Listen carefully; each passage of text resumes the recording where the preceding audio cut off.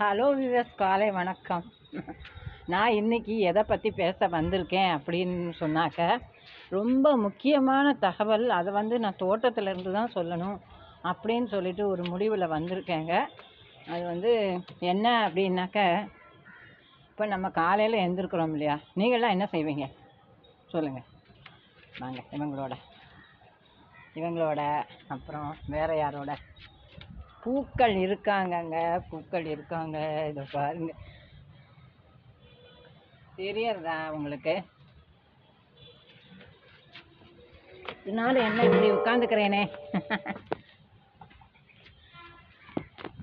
நான் இப்போ என்ன சொல்ல வரேன் அப்படின்னாக்க, பொதுவாகவே நம்ம காலையில் எழுந்திருந்து என்ன செய்வோம் சொல்லுங்களேன். நீங்கள் என்ன செய்வீங்க அதை சொல்லுங்கள். நான் இன்றைக்கி தினமுமே காலம்புரை எழுந்திருந்த உடனே என்ன செய்வேன் அப்படின்னாக்க, இவங்களோட பாருங்களேன். என்ன செய்வேன் அப்படின்னா, 2 கையும் நல்லா தேய்ச்சின்னு விரித்து பார்ப்பேன். விரித்து பார்த்த உடனே அதில் அஷ்டலக்ஷ்மி குடியிருக்கா. தெரியாதவங்க தெரிஞ்சுங்க. நிறைய பேருக்கு இது தெரிஞ்சிருக்கலாம். ஆனாலும் நான் என்ன சொல்ல வரேன் அப்படின்னாக்கா, தெரியாதவங்களுக்காக சொல்கிறேன். அப்புறம் சுவாமி ரூமில் இருக்கிற சுவாமியை பாருங்கள். அதுக்கப்புறம் நான் என்ன செய்வேன்னாக்கா, முதல்ல நான் காலம்புரை எழுந்திருந்தோன்னா 2 கையும் தேய்ச்சி, எங்கள் அம்மா எனக்கு சொல்லி கொடுத்துருக்காங்கங்க, மீனா நீ இப்படி செய்யணும் அப்படின்னு. அதனால் அந்த இதை நான் உங்கள்கிட்ட இப்போ சொல்கிறேன், அவ்வளோதான்.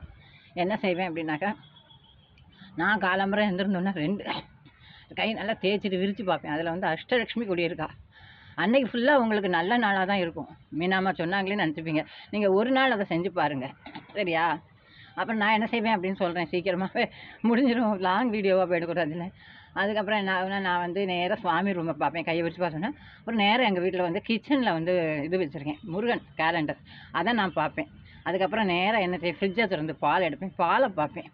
அதுக்கப்புறம் நேராக பேக் சைடில் தோட்டம் இருக்கே, நமக்கு பிடிச்ச தோட்டம் இல்லையா அது, அதை நம்ம பார்க்காம இருக்க முடியாது இல்லையா, அதை பார்ப்பேன். அதுக்கப்புறம் பாலை காய்ச்சி காஃபி போடுவேன். நீங்கள் எத்தனை பேர் இதை செய்கிறீங்க அப்படின்னு கொஞ்சம் விளக்கமாக எனக்கு சொல்ல முடியுமா வியூவர்ஸ்? நன்றி, வணக்கம்.